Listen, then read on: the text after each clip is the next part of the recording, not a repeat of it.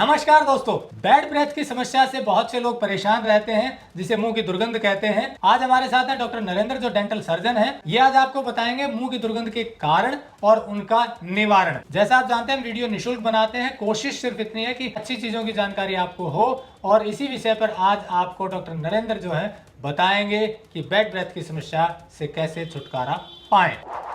Technical farming channel को subscribe करें और बेल आइकन भी दबाएं ताकि आगे आने वाले वीडियो की नोटिफिकेशन आपको मिलती रहे।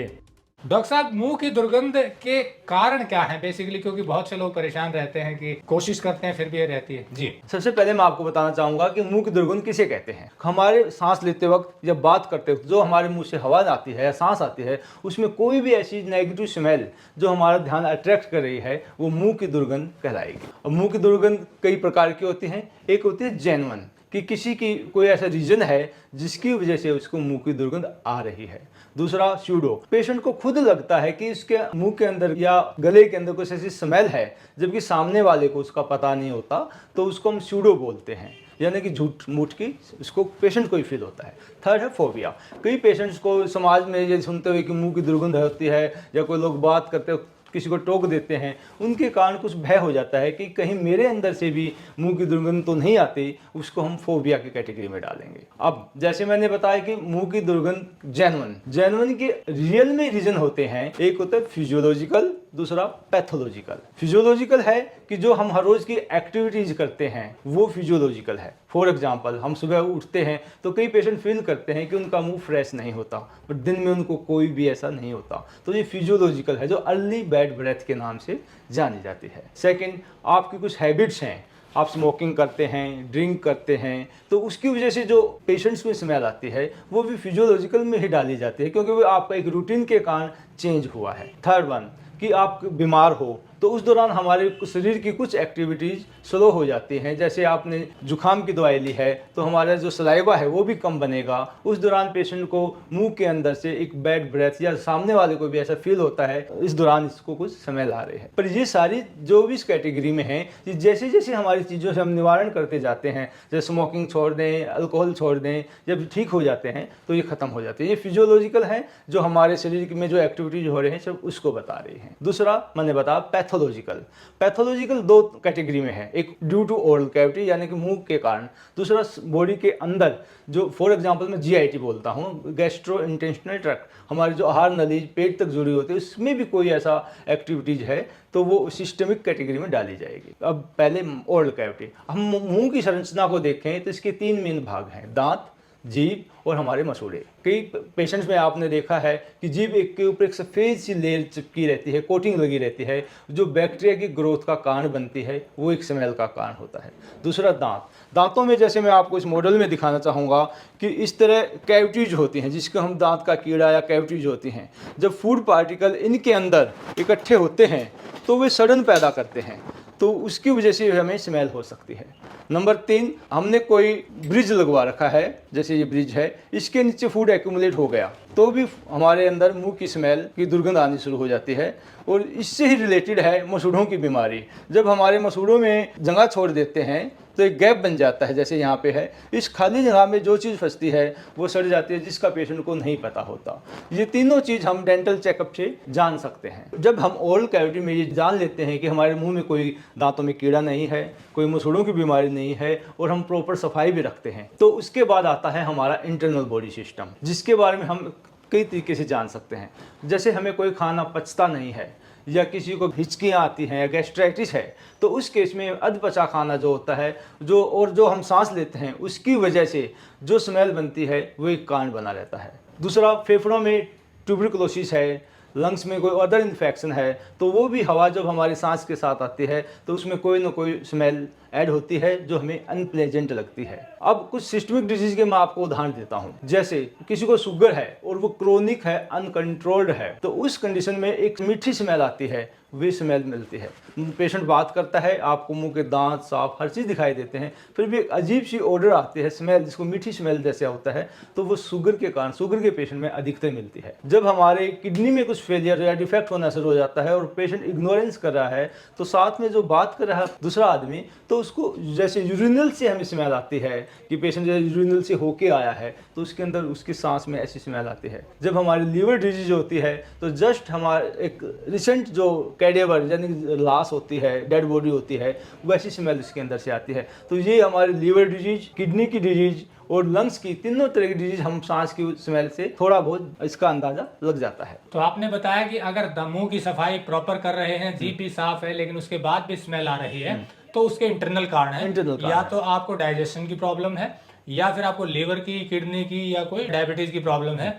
तो जो खाना न पचने का कारण स्मेल आती है वो थोड़ा सा डिटेल में बताइए, क्योंकि ये शायद ज्यादा कॉमन प्रॉब्लम होती है। जो खाना ना पचने की स्मेल है वो जस्ट आप जो हम खाना वेस्ट जाता है, जब कहीं भी जाते हैं शादी में जो खाना फेंक दिया जाता है, जो हाई स्पाइसेस के कारण होता है, उसकी स्मेल उससे मैच खाती है, जिसको हम इजीली डायग्नोज कर सकते हैं। इस तरह के पेशेंट को गैस्ट्रिक प्रॉब्लम भी अधिक रहती हैं, जैसे उन्हें खाना खाया, एसिड बना तो हिचकियाँ आई, या उसने अदर्स और चीज़ उसके ऊपर ले ली। एक तरह से अध पचा खाना हमारी जीआईटी में प्रॉपर तरह से मिक्सिंग ना होने के कारण जो भी हम खाना सड़ने की स्मेल घरों में भी महसूस करते हैं, उससे मिलती जुलती स्मेल होती है वो। तो डॉक्टर साहब आपने बताया कि अगर डाइजेशन की प्रॉब्लम है, इनडाइजेशन है, तो भी ये स्मेल आ सकती है। बिल्कुल, तो भी ये स्मेल आ सकती है। अब एक बात और है कि कई लोगों की शिकायत रहती है कि हमने खाना खाया, उसके बाद ब्रश भी किया, लेकिन 2-3 घंटे तक तो ठीक रहा, लेकिन उसके बाद फिर स्मेल शुरू हो गई। उसका कारण क्या है? उसका कारण जो मैंने सबसे पहले बोला था, फिजियोलॉजिकल। कई पेशेंट्स के अंदर सलाइवा कम बनता है, ठीक है, या उनकी ऐसी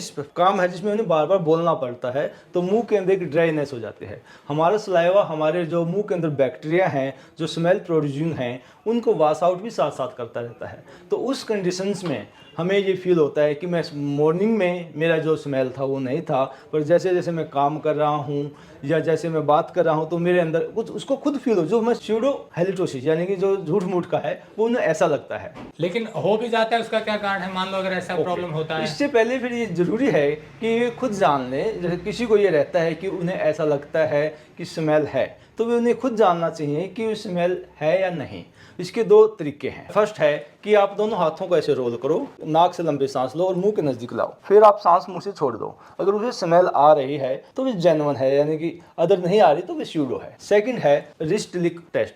आप जीभ और होठों से अपनी कलाई को गिल्ला कीजिए, 5 सेकंड इसको दूर रखिए और फिर 3 सेंटीमीटर दूर पास से सूंघेंगे। अगर कोई स्मेल आती है तो वो है, नहीं तो वो स्यूडो है। इसका साइंटिफिक आधार क्या है डॉक्टर साहब? इसमें आधार क्या है कि हमारे मुंह के अंदर जो भी बैक्टीरिया है आप वो हमारे सलाइवा के अंदर है, अगर उसके अंदर हमारे मुंह के अंदर रियलिटी में स्मेल है तो वो यहाँ ड्राई होके फिर आप उसको जस्ट फॉर एग्जांपल हम कोई भी स्प्रे करते हैं तो वो रुमाल के अंदर भले ड्राई हो जाए फिर भी हम उसको बता देते हैं कि इस तरह की स्मेल रही होगी। इसमें ज्यादातर जो कारण है वो मुंह के अंदर ही 90% कारण ओरल कैविटी के कारण होते हैं, मुंह की दुर्गंध के, और 10% जो मैंने बताया वो इंटरनल या सिस्टमिक होते हैं।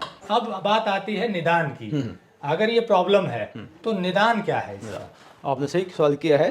निदान, अगर हम कारण को जान गए हैं तो निदान बहुत आसान है। जब हमें पता लगता है कि जेन्युइन हेलिटोसिस है, फॉर एग्जांपल हमने डेंटल चेकअप कराया है, उससे पता लग गया, और डेंटल चेकअप से रूल आउट होने के बाद इंटरनल पे जाते हैं। तो पहला जेन्युइन में था फिजियोलॉजिकल, कि आप किस तरह का फूड प्रोडक्ट ले रहे हो, किस तरह का आप, या कोई एडिक्शन तो नहीं है आपको स्मोकिंग या ड्रिंक की। तो जब आपको ये पता लगता है कि इसके कारण है तो आप पहला कारण तो आप उसको रूल आउट कर दो कि मैं इस तरह के जो फूड प्रोडक्ट हैं या ड्रिंक या स्मोकिंग नहीं करूँगा। अब सेकंड जो जेन्युइन में आता था पैथोलॉजिकल, पहला था ओरल कैविटी यानी कि हमारे मुंह से संबंधित 3 ही मैंने मेन रीजन बताए थे। पहला जीभ के ऊपर जो भी कोटिंग है, तो आप जब भी सुबह दांतों की सफाई करें तो जीभ को साफ करने की भी एक आदत डाल लें। जिन पेशेंट्स के अंदर सलाइवा प्रॉपर बनता है वो वहाँ पे जीभ की सफाई अपने आप हो जाती है। तो ऐसा ज़रूरी नहीं कि हर एक को जीभ की सफाई करनी पड़ती हो, पर जिनके जीभ के ऊपर सफ़ेद रंग की परत दिखती है सुबह मॉर्निंग में या कुछ खाना खाने के 1-2 घंटे बाद, तो उन्हें प्रॉपर खाना खाने के बाद जीभ की सफाई करनी चाहिए। दूसरा था दांतों के अंदर कई कारण है, जैसे कैविटी बन गई, दांतों के नीचे से कोई जगह स्पेस है, तो हमें भी डेंटल चेकअप कराने के बाद कैविटीज हैं तो उन्हें दंत चिकित्सक से उन्हें फिल करा देना चाहिए। उनका जो प्रॉपर ट्रीटमेंट है, मैं अगर सही कहूँ तो वो कराना चाहिए। कई बार हमने कोई दांत निकलवाया है और वहाँ पे एक जो खाली सॉकेट बचती है उसके अंदर खाना सड़ता रहता है, तो पेशेंट ये सोचता है कि उसके दांतों निकलवाया है, उसमें दर्द है इसलिए स्मेल है। हाँ, स्मेल इसलिए ही एक दर्द है, पर वो स्मेल का कारण वहाँ पे जो खाना सड़ रहा है वो है। तो हमें भी दंत चिकित्सक दोबारा चेक कराना चाहिए जो खाना फंसा हुआ है, ताकि उसको साफ कर दें। तीसरा मैंने मसूड़े बताया था, जो मसूड़ों में खाना फंसता है, जो मेनली पायरिया का भी इंडिकेटर है। अगर उस कंडीशन में हमें दांतों की प्रॉपर सफाई, उसमें मैल जमा हुआ है और जहाँ खाना फंसता है तो वो हमें खाना फंसना उसको रोकना चाहिए। उसके बाद हर बार दांत साफ करने के बाद ब्रश करने चाहिए, तो वो उसका निवारण बनता है। अब इन सब के बाद जो आता है कि और क्या तरीके हैं, ये सब कुछ होने के बाद तो यूजुअली जिनके यहाँ सलाइवा कम बनता है तो वो पुदीना या सौंफ या कई नीम की पत्तियाँ जो आयुर्वेद में बता रखा है वो चबा सकते हैं, जिससे मुंह में जो बैड ब्रेथ वाले जो बैक्टीरिया हैं वो उनको स्लो डाउन कर देंगे, उनको कम कर देंगे, जिसकी वजह से उनके मुंह में स्मेल कम रहेगी। अब डॉक्टर साहब ये आता है कि जो ब्रश करने की बात है, जीभ सफाई टंग क्लीनर से हो जाती है, ब्रश कब करना चाहिए, खाने के बाद, सुबह शाम कब करना चाहिए, और पेस्ट की जो बात है वो क्या बदलते रहना? ओके, हाँ, ये बहुत अच्छा सवाल किया आपने। डेंटिस्ट्री के हिसाब से बीइंग मेडिकल हमें जो भी टूथ ब्रश करना चाहिए वो हमेशा खाना खाने के बाद ही करना चाहिए, क्योंकि जो फूड पार्टिकल फंसे रहते हैं वो खाना खाने के बाद फंसेंगे और हमें उनका साफ करना जरूरी है। ब्रश करते वक्त ये हमेशा जरूरी नहीं, जो मैं बताता हूँ कि आप पेस्ट ही लगाएं। आप मुंह में पानी रख के खाली ब्रश से जस्ट आप उसको रिंस करके थूक सकते हो या कुल्ला कर सकते हो। दूसरा, अब आपने पूछा कि पेस्ट का क्या करें। पेस्ट तो मैं हमेशा हमें बदलती रहनी चाहिए। आप जब भी राशन का सामान लाएं तो आप पेस्ट की ब्रांड चेंज कर दें। इसका एक कारण है साइंटिफिकली, हम कोई भी एक मेडिसिन लगातार लेते रहते हैं तो बैक्टीरिया आर वेरी स्मार्ट, वो उसके हिसाब से अडेप्ट हो जाते हैं, और जब हम उस पेस्ट को चेंज करेंगे तो हमारी जो ओरल कैविटी में बैक्टीरिया है उन्हें एक चेंजिंग एनवायरनमेंट लगेगा, जिसकी वजह से अपने आप ही बैक्टीरियल ग्रोथ जो नई पेस्ट के साथ है कम हो जाएगी। यानी कि पेस्ट बदलते रहना चाहिए और खाना खाने के बाद ब्रश करना चाहिए, सुबह शाम दोनों टाइम करना चाहिए। अगर आप 3 बार खाना खा रहे हो, 4 बार खा रहे हो तो साइंटिफिकली हर बार आपको जो खाना अंगेज हो सकता है, फॉर आपने चाय के साथ बिस्किट लिए हैं तो वो अंगेज होंगे, हमारे दांतों के ऊपर के सरफेस में रह जाएंगे, तो वो साफ होने चाहिए। माउथ वॉश से करें या ब्रश से करें। ये ठीक है कि भाई ब्रश हम हर बार साथ नहीं रख सकते, तो माउथ वॉश या अच्छी जोर से रिंस करके जो कुल्ला करते हैं, आपको ये सेटिस्फाइड होना चाहिए कि हाँ ये दांत साफ हो गए हैं, तो ही वो इसका एक सही आंसर है। अब सवाल यह है कि कई लोग कहते हैं कि ब्रश हम तो रोज करते हैं फिर भी दिक्कत रहती है, तो क्या ब्रश करने की टेक्निक में भी फर्क आ जाता है सफाई में? बिल्कुल, आपने सही सवाल किया है। जो ब्रश करने की टेक्निक मैटर करती है कि हमारे दांत प्रॉपर तरीके से साफ हुए नहीं। आप पहले इस मॉडल से आप देखना चाहोगे, इसमें दांतों का एक स्ट्रक्चर है कि नीचे के दांत हमारे ऊपर की तरफ हैं और ऊपर के दांत नीचे की तरफ आ रहे हैं, जो बहुत कॉमन चीज़ है। ठीक है, अब आप जब ब्रश को हॉरिजॉन्टल ले जाओगे तो ये हमारे इन दांतों के जो ये इस हिस्से में खाने को इकट्ठा करेगी। इसी को जब आप ऐसे लाओगे तो ये उसके अंदर से खाने को निकालेगी। ऐसे करने में खाना जो ये बीच में ट्रायंगुलर एरिया है इसके अंदर फंस रहा है आपका। बहुत ज़ोर से कर रहे हो तो दांत घिसेंगे, पर जब आप इसको नीचे से ऊपर ऐसे प्रमोट करोगे तो आपको जब मसूड़े से दबा के इसको प्रमोट कर रहे हो तो ये एक तो मसूड़े के नीचे जो खाना फंसा है उसको निकाल देगी, दूसरा जो दांतों के बीच में जो ट्रायंगुलर एरिया है उसके अंदर से निकाल के लाएगी। तो टेक्निक ये है, एक बार आप प्रैक्टिकली करके दिखा दें इस मॉडल पे कि दर्शकों को कैसे करना चाहिए। इस टेक्निक को मॉडिफाइड बास मेथड बोलते हैं।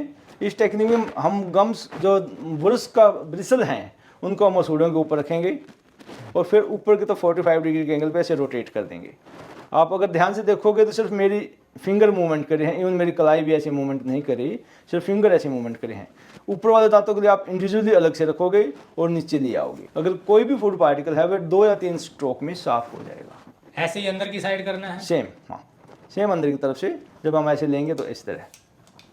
आइडली तो आप ये लगा लो दांत के जितने भी सरफेस हैं, आउटर, इंटरनल, सुपर, अपर, इन तीनों सरफेस को साफ करना है। तो ब्रश करने की टेक्निक को ठीक करना जरूरी है और इससे सफाई आसानी से होगी और सही होगी। बिल्कुल सही होगी सर। आप गूगल पे modified Bass method of tooth brushing for adult check कर सकते हैं। ये कितनी देर करनी चाहिए? जैसे मैंने आपको भी बताया कि 2-3 स्ट्रोक में ही कोई फूड पार्टिकल होगा या फाइबर्स होगा, फूड हो, वो निकल जाएगा। तो आइडली हम सारी ओरल कैविटी को चारों तरफ से जब साफ करते हैं तो हार्डली 2 to 3 मिनट का टाइम सफिशिएंट है। इससे ज़्यादा अगर हम करते हैं तो दांतों अननेसेसरी दांतों को और मसूड़ों को इंसल्ट कर रहे हैं, उन पर एक एक्स्ट्रा प्रेशर लग रहा है, इंजरी हो रही है। तो आइडियल तरीका तो यह है कि आप 2-3 मिनट प्रॉपर तरीका है। तो दूसरा, ब्रश करने का ये नहीं कि दांत को चमकाना है, हर एक की दांत का कलर अलग अलग है। हमें ये वहम रहता है कि ज़्यादा देर ब्रश करने से दांत सफ़ेद निकलते हैं, जो कि नहीं है, वो नेचुरल कलर है। जैसे आप कोई भी कपड़ा लीजिए, आप उसका ओरिजिनल नेचुरल कलर तो ला सकते हो पर उसको धोने से ब्राइट नहीं कर सकते। तो कलर इससे ब्रश करने से कलर चेंज नहीं होगा, बट आपके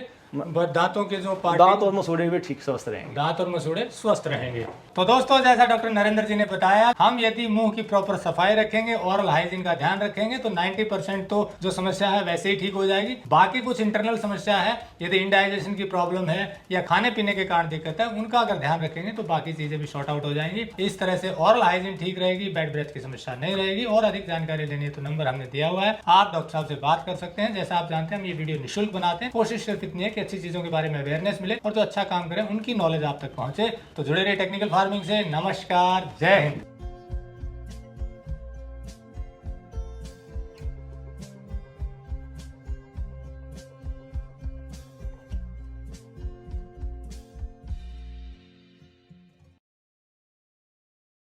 अगर आपको यह वीडियो पसंद आया है तो ज्यादा से ज्यादा लाइक और शेयर जरूर करें। साथ ही चैनल को सब्सक्राइब करना ना भूलें।